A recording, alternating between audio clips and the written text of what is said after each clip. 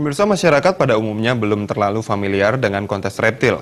Sesungguhnya kontes ini bagian dari perlindungan satwa sekaligus perkenalan atau edukasi bagi yang awam tentang reptil. Bagi penghobi reptil, kontes ini sangat penting digelar karena pada umumnya persepsi miring tentang reptil masih melekat di pemikiran masyarakat.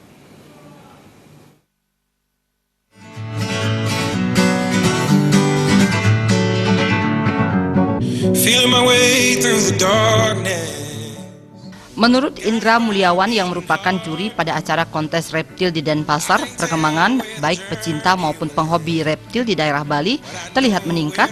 Hal tersebut terlihat dari keikutsertaan pada kontes reptil yang digelar tiap tahunnya. Hal itu disebabkan karena seringnya membuat kegiatan edukasi ke sekolah-sekolah maupun instansi pemerintahan sehingga masyarakat mengetahui keberadaan hewan jenis reptil dapat dipelihara layaknya hewan anjing dan kucing ataupun kelinci. Mulyawan juga mengatakan dalam kontes reptil, kriteria penilaian adalah mulai dari sisi keunikannya, kecantikan, dan kesehatan.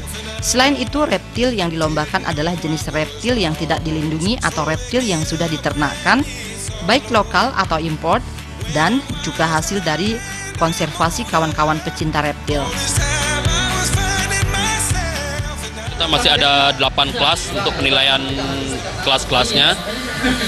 Nanti akan dipilih yang mana yang terbaik di antara semua kelas. Peserta kontes sendiri saat ini reptil terbagi atas kadal, jenis kadal, kemudian ular dan kura-kura.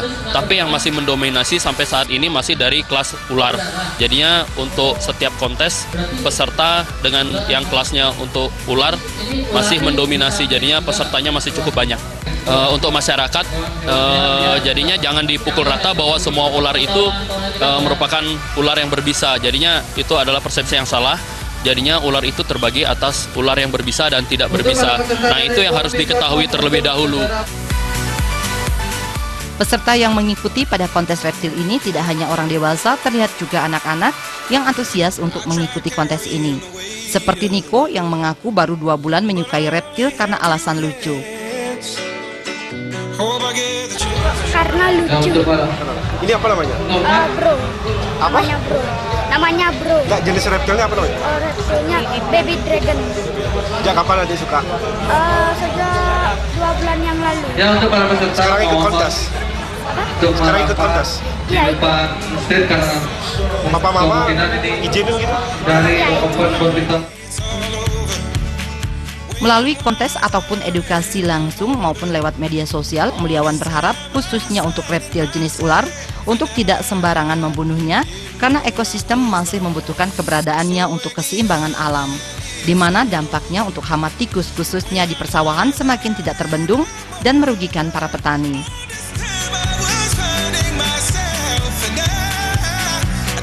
Alit Setiawan, Bali TV.